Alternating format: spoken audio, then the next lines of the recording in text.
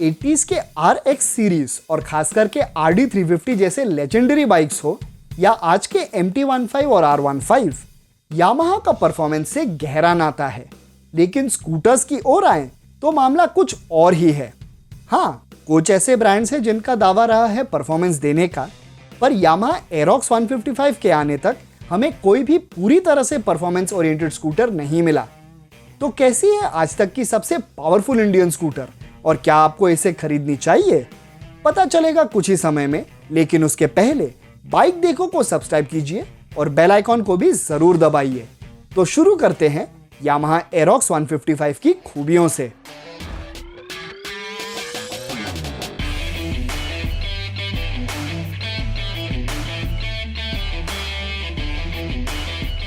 Yamaha Aerox 155 के looks बाकी सारे स्कूटर्स से काफी अलग है और ये कहना गलत नहीं होगा कि ये आज तक की सबसे स्पोर्टी लुकिंग टू व्हीलर्स में से एक है जिसे राह चलते लोग भी पलट के जरूर देखेंगे। 155 सीसी का बड़ा इंजन होने के बावजूद एरोक्स 155 का डिजाइन बल्कि होने के बजाय काफी एंगुलर और स्टाइलिश है। इसके फ्रंट एप्रन का ट्विन LED हेडलाइट और DRL सेटअप और दोनों ओर इंडिकेटर्स इसे काफी कॉम्पैक्ट और शार्प लुक देते हैं और इसका सिंपल LED टेल लाइट भी काफी सोफिस्टिकेटेड लगता है। साइड प्रोफाइल से एरोक्स 155 स्कूटर से ज्यादा मोटरसाइकिल दिखता है इसके फ्लोरबोर्ड या एक्चुअली फ्लोरबोर्ड की कमी के वजह से। अंडरबोन चैसी होने के साथ साथ क्योंकि इसका फ्यूल फिलर भी फ्लोरबोर्ड पे है तो इसका सेंट्रल रिज काफी ऊंचा है जिसपे आप टर्न लेते समय अपने पैरों को बड़ी आसानी से टिका सकते हैं। इसका स्कूप्ड सीट हार्ड एक्सेलरेशन और ब्रेकिंग करते हुए भी आपको आगे पीछे फिसलने नहीं देगा और इसका ऊंचा हैंडल बार टॉल राइडर्स के घुटनों पे भी नहीं लगेगा।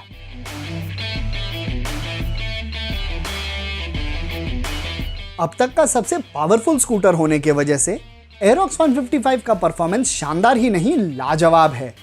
लो टू मिड रेंज एक्सेलरेशन में यह अपने इकलौते राइवल एप्रिलिया SXR 160 से कोसों आगे है और R15 के इंजन की तरह इसमें भी वेरिएबल वाल्व एक्चुएशन या VVA है, तो इस पे हाईवे पे भी ओवरटेकिंग करना काफी आसान होगा। और टॉप एंड की बात करें तो जिस स्पीड पे बाकी स्कूटर्स के सांस फूलने लगते हैं उसे एरोक्स 155 काफी आसानी से पार कर लेता है और इसका क्लेम्ड 129 km/h का टॉप स्पीड हर एक स्कूटर ही नहीं बल्कि इस सेगमेंट के कुछ मोटरसाइकिल्स से भी ज्यादा है।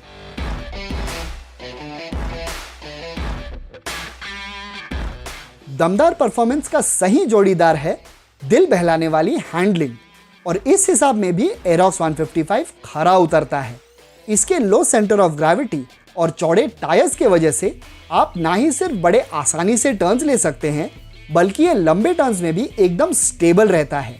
लेकिन हाँ, इसे चलाते वक्त हमें कुछ चीजों ने नाखुश किया, पर उसके बारे में जानने के लिए आपको इस वीडियो को एंड तक देखना होगा।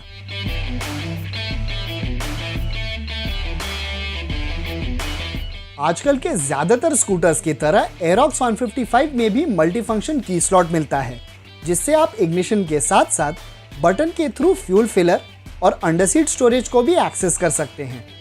इसका अंडरसीट स्टोरेज काफी बड़ा है जिसमें आप फुल फेस हेलमेट या अपने ऑफिस या कॉलेज का बैग आसानी से रख सकते हैं। आपको फ्रंट एप्रन पे ऑप्शनल स्टोरेज कंपार्टमेंट और USB चार्जिंग पोर्ट भी मिलता है और फ्यूल फिलर लिड फ्लोरबोर्ड पे होते हुए आपको रिफ्यूलिंग करते वक्त स्कूटर से उतरने की भी जरूरत नहीं होगी। अपने राइवल्स की तरह एरोक्स 155 में भी ऑल डिजिटल क्लस्टर है जिसमें ब्लूटूथ कनेक्टिविटी भी मिलता है जिससे कॉल और मैसेज अलर्ट्स के साथ साथ यामाहा वाई कनेक्ट ऐप के through average fuel consumption, last part location, malfunction alert और सर्विस रिमाइंडर भी मिलता है। ऑल्दो इसमें टर्न बाय टर्न नेविगेशन का ऑप्शन नहीं है।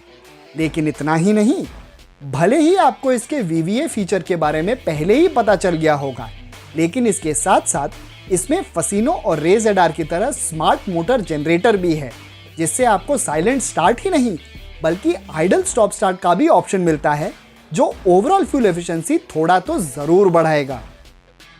तो ये थी यामाहा एरोक्स 155 की खूबियां। अब एक नजर डालते हैं इसकी खामियों की ओर।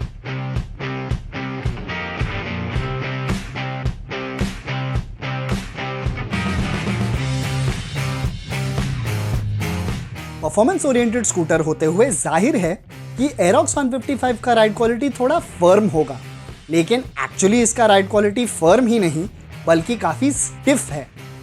चलाते वक्त हर एक गड्ढे का असर सीधा आपके पीठ पे पड़ता है, तो लॉन्ग राइड्स पे अगर आप हर आधे पौने घंटे पे थोड़ा ब्रेक ना ले तो at the end of the day आपके पीठ की हालत काफी नाजुक लगने लगेगी।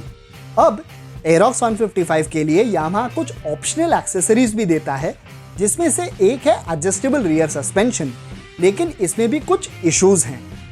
सबसे पहले क्योंकि हमने इस एडजस्टेबल सस्पेंशन को टेस्ट नहीं किया तो हम कह नहीं सकते हैं कि ये ओवरऑल राइड एक्सपीरियंस को वाकई इंप्रूव करता है या नहीं।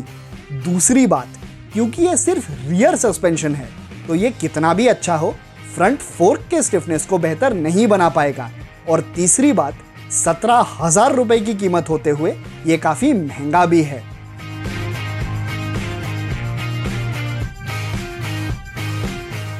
अब इंडिया के सबसे पावरफुल स्कूटर से हम ये तो उम्मीद कर ही सकते हैं कि इसकी ब्रेकिंग भी उतनी ही शानदार हो, लेकिन एरोक्स 155 में फ्रंट डिस्क और सिंगल चैनल ABS होने के बावजूद इसका ब्रेकिंग परफॉर्मेंस कुछ खास नहीं है।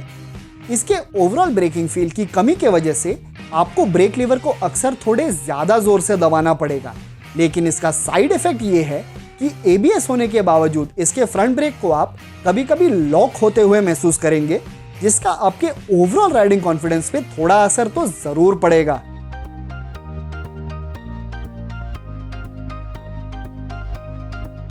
अपने सेगमेंट में एरोक्स 155 बेशक सबसे पावरफुल और फीचर पैक्ड स्कूटर है, लेकिन इसकी कीमत भी उतनी ही ज्यादा है। पर एक चीज जिसे हम तोल नहीं सकते वो है इसका एक्साइटमेंट कोशेंट। यामाहा ने इंडिया में R15 के इंजन वाला स्पोर्ट्स स्कूटर लाके एक बहुत बड़ा रिस्क लिया है, ये जानते हुए कि ज्यादातर लोग इसकी कीमत देख के मुकर जाएंगे, लेकिन वो ये भी जानते हैं कि काफी लोग ऐसे भी हैं जो एरोक्स 155 को देखते ही इसे ओन करने के सपने जरूर देखेंगे। और अगर आपके लिए भी स्टाइलिश लुक्स और दमदार परफॉर्मेंस सबसे ज्यादा मायने रखता है तो एरोक्स 155 आपके लिए ही है।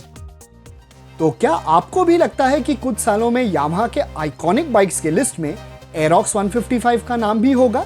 बताइए कमेंट्स में।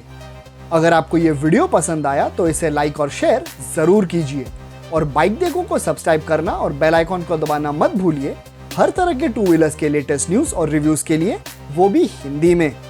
तो मिलते हैं जल्द ही कोई और इंटरेस्टिंग बाइक या स्कूटर के साथ। तब तक take care, ride safe and thank you for watching.